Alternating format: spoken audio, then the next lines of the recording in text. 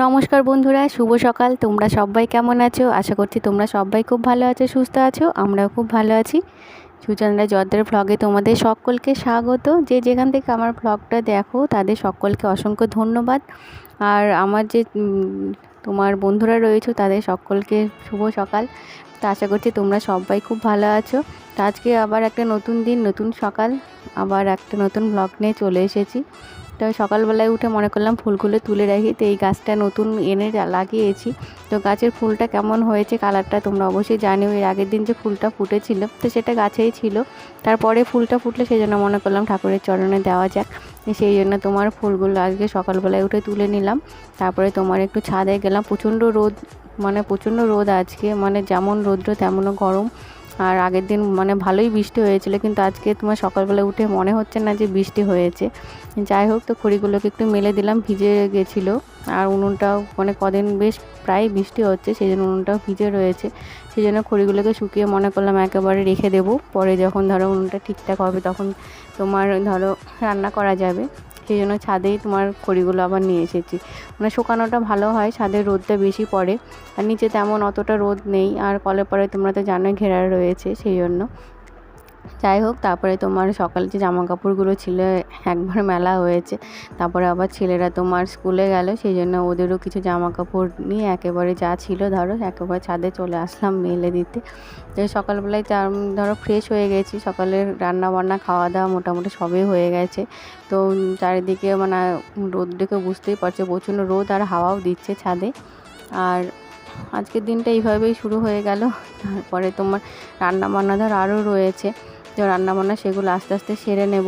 তো আজকে একটা বাদাম কেটে রেখেছিলাম, অনেক দিন পর বাদাম মাখাটা খেলাম। কিছু কিছু জিনিস দেখবে ছোটোবেলাকে স্মৃতি অনেক জড়িয়ে থাকে। তো আগে বাদামগুলো মাখলে ধরো মাই ধরো তোমার কেটে ঠিকঠাক করে মাখিয়ে দিত, খেতাম। আর অনেক বছরই তোমার খাওয়া হয়নি।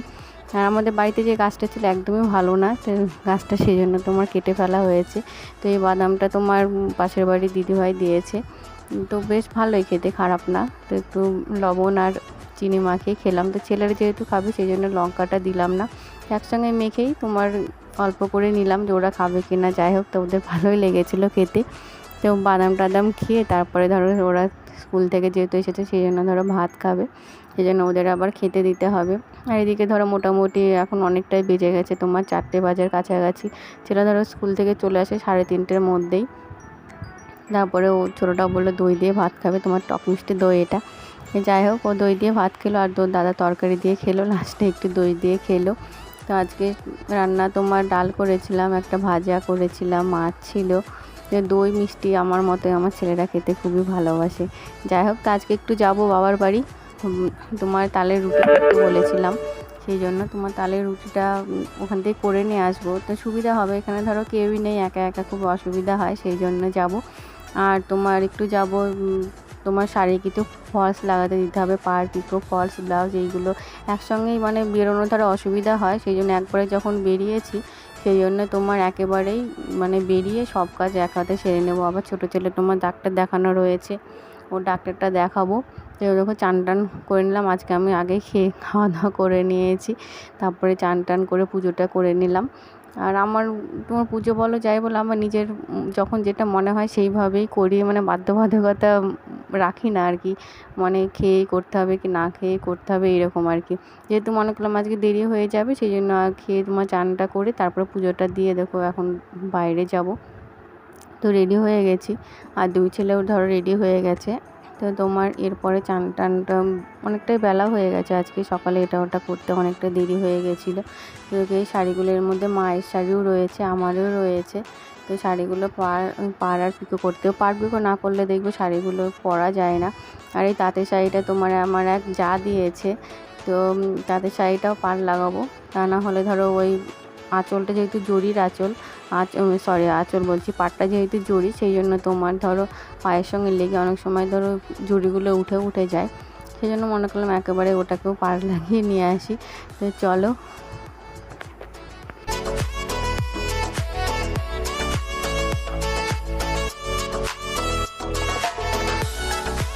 তো দিদিভাইয়ের বাড়িতে চলে এসেছি। এর মধ্যে খয়েরি কালারের ব্লাউজটা তৈরি করতে দিলাম, তৈরি করে পরে কেমন হয়েছে তোমাদের নিশ্চয়ই জানাবো। তো ওই দিদিভাইয়ের কাছে তোমার ব্লাউজ পিস টিস সবই থাকে, আর অনেক দিন থেকে আমি তোমার ওর কাছে বানাই, তো বেশ ভালোই বানায়, খারাপ বানায় না। আর মানে তোমার শাড়ি টাড়িগুলো বেশ ভালোই পারফেক্ট করে। যাই হোক, ওখানেই যাই। আর দেখো তারপরে চলে আসলাম বাড়ি আসতে আসতে তোমার সন্ধ্যা লেগে গেছিলো। আবার মাঝে ধরো ডাক্তারখানায় গেছিলাম ছোটোর ছেলের জন্য। আর এইদিকে এসে তাল টাল গুলে মা ধর এদিকে মেখে নিল, হাতে হাতে করে নিল, তা নাহলে ধর আবার বাড়ি আসতে হবে, দেরি হয়ে গেল। তো মোটামুটি বাবা, আমি আর মা মিলে ধর রুটিটা করলাম। অনেক বছর পর তালের রুটিটা করেছি। আর তালের রুটিটা তোমার চালের গুঁড়ো দিয়ে করতে হয়। চালের গুঁড়ো আর তোমার তালের যে ধরো মানে পাকটা থাকে সেটা নিয়ে, আর তার মধ্যে ধরো চিনি সব মিশিয়ে একসঙ্গে মানে রুটির মতো করে বেলে কলাপাতা দিয়ে এপিট ওপিট করে ভাজলে তোমার হয়ে যায়।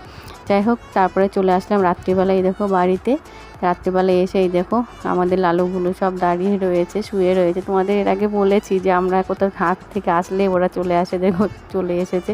আর এটা এখানে শুয়েছিল। যাই হোক, ওরা বেশি আবদার নাই, দুটো বিস্কুট খেয়ে ওরা চলে যায় এখান থেকে, বেশি কিছু অন্য কিছু দিলে কিন্তু খায় না। যাই হোক, তোমার রাত্রি হয়ে গেল এইভাবে আজকে আমার সারাদিনটা চলে গেল। তো ব্লগটা কেমন লাগছে তোমরা অবশ্যই জানিও। যদি ভালো লেগে থাকে তাহলে একটু লাইক করো, কমেন্ট করো, শেয়ার করো।